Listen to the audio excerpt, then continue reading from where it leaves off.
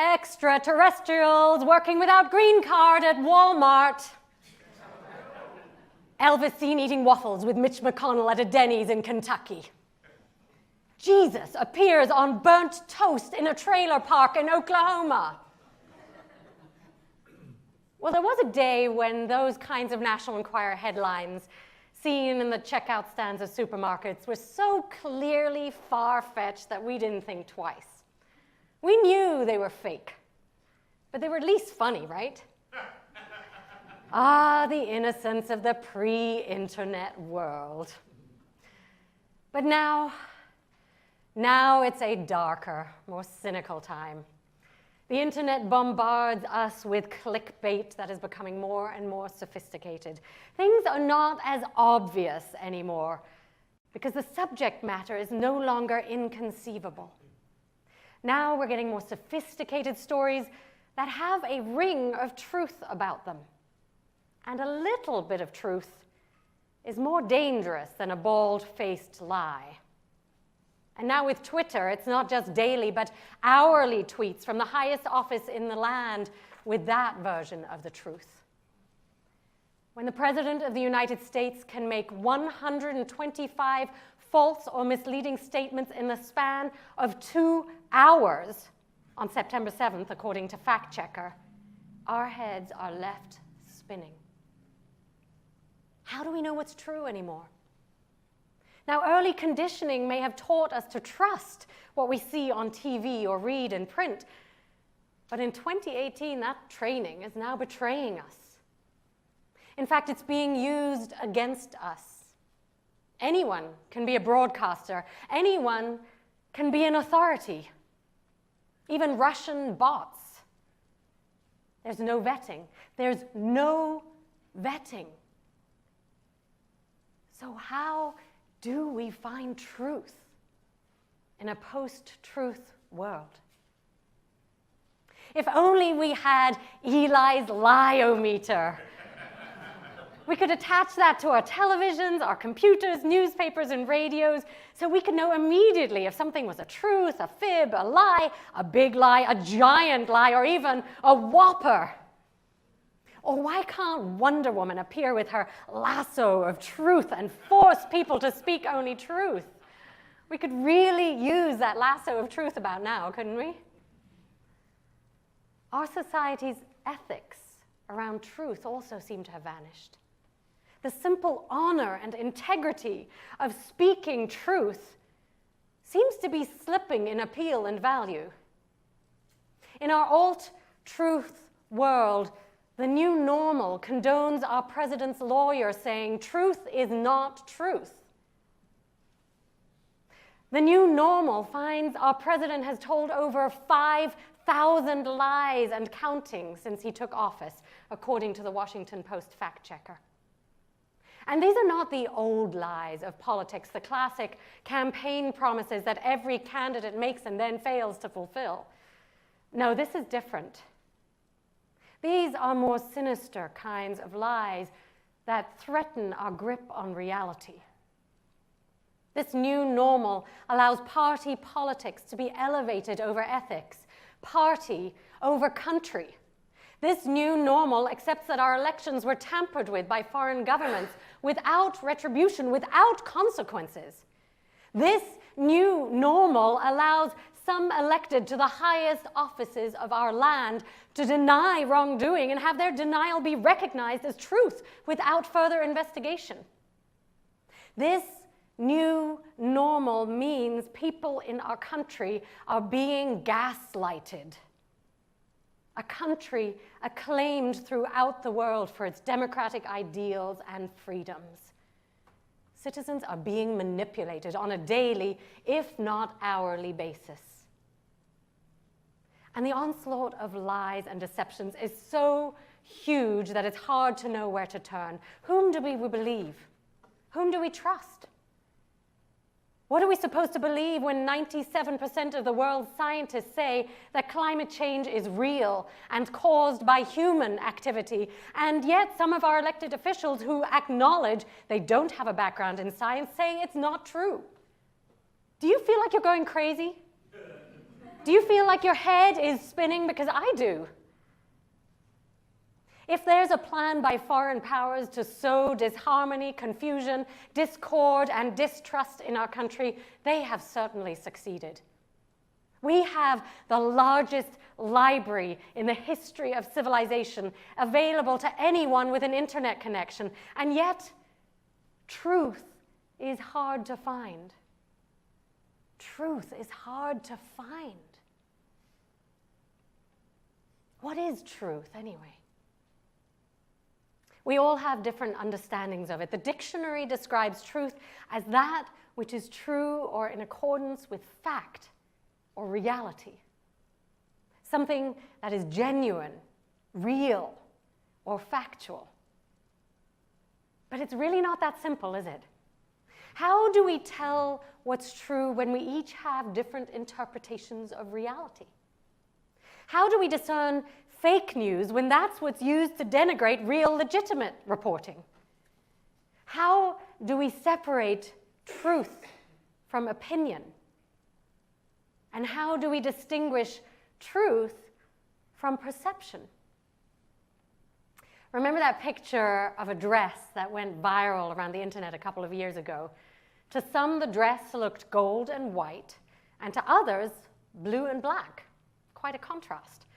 It depended on how your brain perceives color and chromatic adaptation, whether you saw the dress in one way or the other. I remember having arguments with my son, who so clearly perceived the dress as blue when I saw it as gold. Now, we both knew what we saw and insisted that we had the truth. So what was the true color of the dress? Was there any factual, objective truth? Apparently, the dress was actually blue and black if you saw it in person, though I could have sworn otherwise. Even when I look at it now, it looks white and gold to me. So how does perception influence what we embrace as truth? There's the popular children's story of taking a straight stick, just like this one, and placing it in a bowl of water. When it's in the water, the stick looks bent and broken. But when it's removed, you realize it's whole.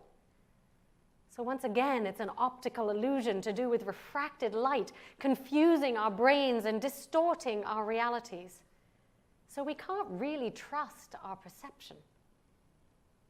When reality can seem so relative, how do we determine what's true?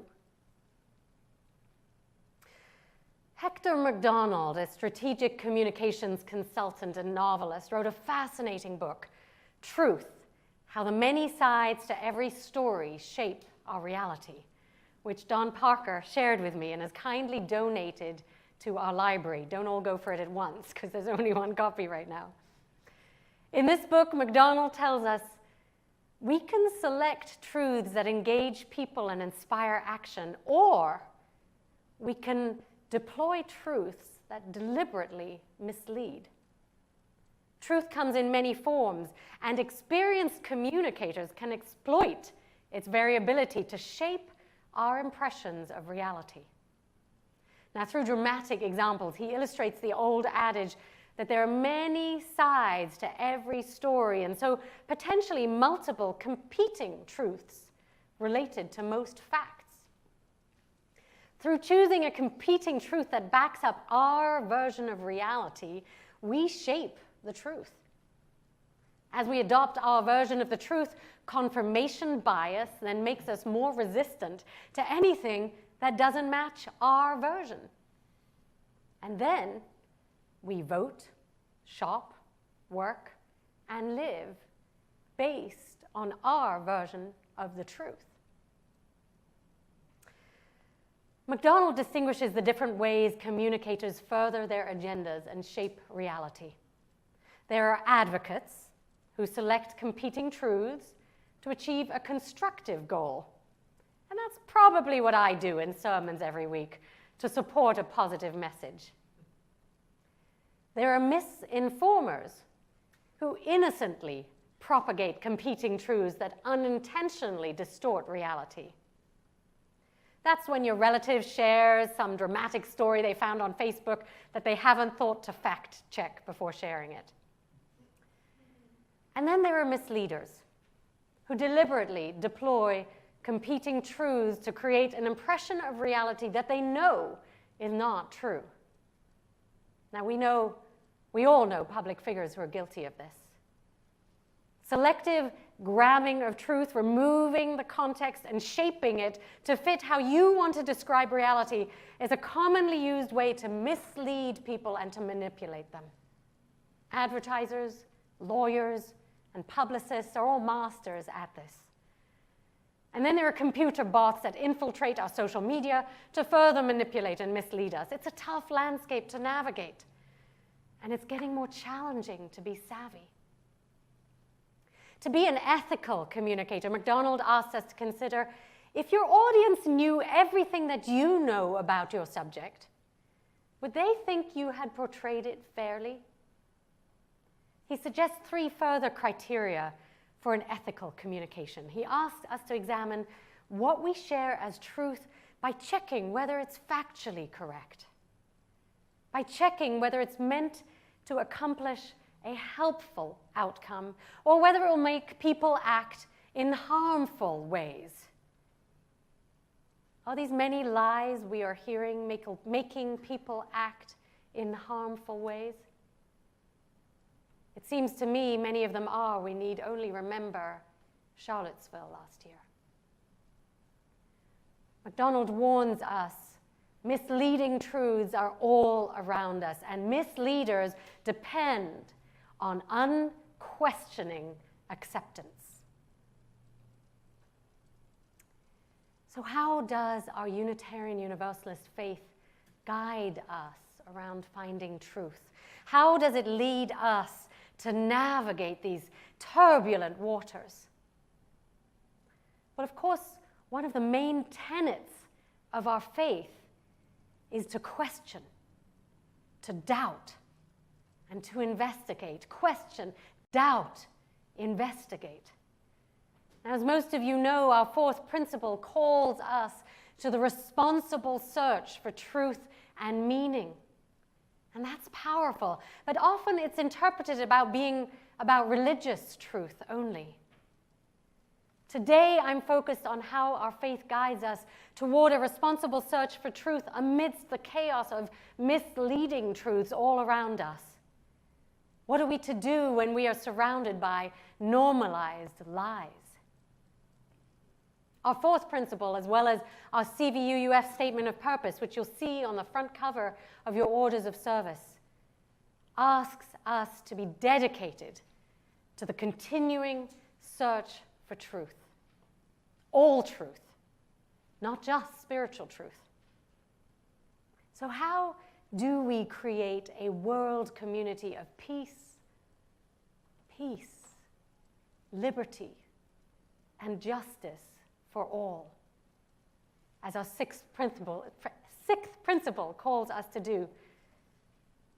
When the Shakespearean alarm creeps in that something is rotten in the state of America.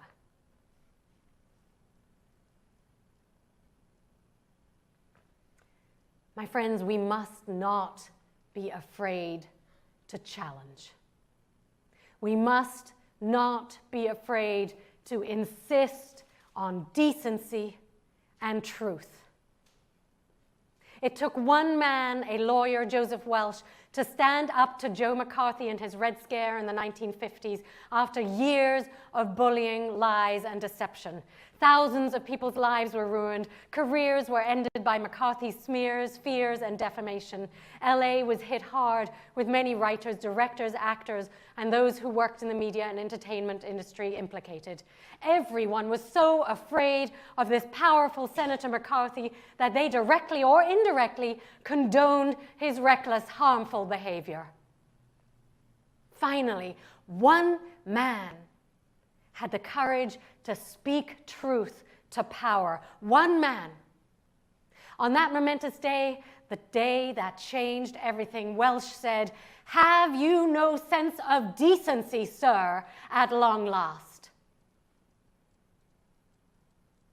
And that became the tipping point.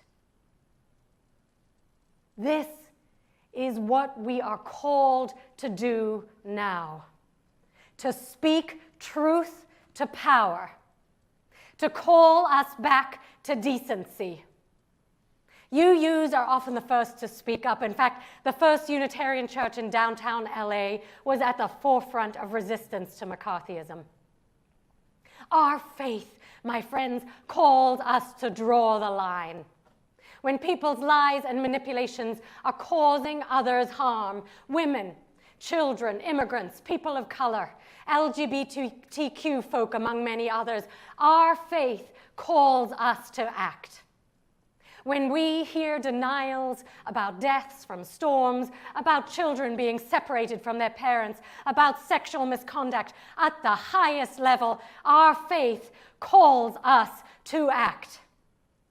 When we watch our society devolving into a fourth grade bully's playground, our faith calls us to act. Amen.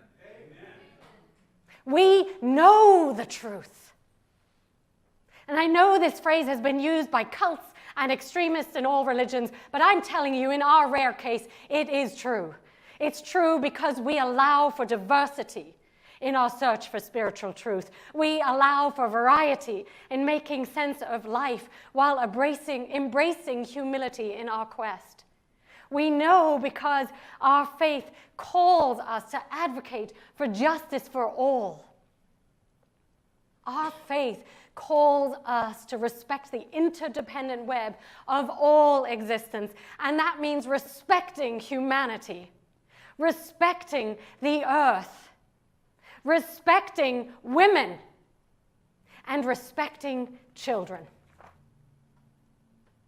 Our faith calls us to respect the morals, the ethics that tell us how to treat each other with kindness and decency. And our conscience tells us how to discern what is good from what is broken. We know in our hearts and minds when the truth is manipulated, don't we? Yeah. We know because we're open and we care about the well-being of all. We're not narrow-minded in our conjoined search for the truth. But we must do more than know.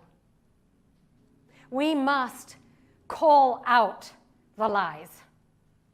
It's easy to feel powerless to do anything about it, but we can make a difference by being informed, by searching relentlessly for the actual truth, fact-checking everything, and then disseminating the truth on social media and with friends and colleagues. We UUs know how to speak truth to power. We do it through action, through protests, and through our courage to confront authority. Right? We must have the same audacity that Joe Welch had to say, "Have you no decency at long last?" When that tipping point happens, more will follow to right our balance back to decency. We are leaders. The history of UUs is one of us being on the cutting edge of social movements. We must lead by propagating the truth and not inadvertently condoning lies. I got an email from the organization Avaz this morning that said, even the most powerful actors in this world are not more powerful than the truth, than the power of good people coming together to work for everything we love. That's how we can stand up to falsehood. To support you in your quest for truth, I highly recommend reading the book Truth by Hector MacDonald. And at the end, it has a useful appendix on how to assess misleading truths and ask good questions. You can also find more information on the website A Citizen's Guide to Fake News, developed at UCSB just up the road. It offers a comprehensive primer on what to do about it. Their main suggestion is to fact-check everything before you share or repost it. Generally, reputable news outlets such as the New York Times, the LA Times, the Washington Post, PBS, or CNN provide carefully vetted stories. They actually do your fact-checking for you. And there are a number of reliable fact-checking resources that are independent on the web, including PolitiFact, FactCheck, and Snopes. But in the end, even more than looking on websites and fact-checking, I believe it's important to find the answers within. Like the song that our choir sang earlier, inviting us to come home to ourselves, and our meditation earlier, we need to marry our heads with our body's wisdom. Our 7 principles lead us to finding truth and morality through our intellect and mental discernment, but the deepest truth is often lodged in our bodies. It's in our gut, in our muscles, and in our health. If we become more keenly attuned to our body's messages, we will be able to discern truth for ourselves. Unfortunately, most of us are very disconnected from our body's guidance, particularly if we come from a head-centered intellectual background. So I encourage you, I invite you to explore this. Check in with your body about the truth of a situation. What does your body tell you? We're good at listening to our heads, but what does our body say? Because it will always tell you the truth. When you hear something, do you contract and get tense in your shoulders, in your stomach or your throat? Do you feel a flush of heat from anger? Do you feel nauseous? Or does your voice constrict? Those are warning signs. Or does your body feel relaxed around a certain idea or person? Do you feel at ease and at peace? Check it out inside. Come home to yourself. That's how you discern truth for yourself. It's a combination of the head and conscience with the heart and gut. The body and mind need to join forces for the discernment of what is truly truth. I leave you with a quote by the great 20th century UU theologian Howard Thurman, who said, "There is in you something that waits and listens for the sound of the genuine in yourself. It is the only true guide you will ever have." My friends, may we find ways to listen deeply to the genuine within, to guide us through this post-truth maze. May we always remain curious about conflicting truths and realities to allow for deep discernment and wisdom. May we continue to be leaders for justice, honesty, decency, and truth, and empower others in their quest for truth. And may we find our own source of truth through the ethical guidance of our principles and the instinctual guidance of our bodies. May it be so.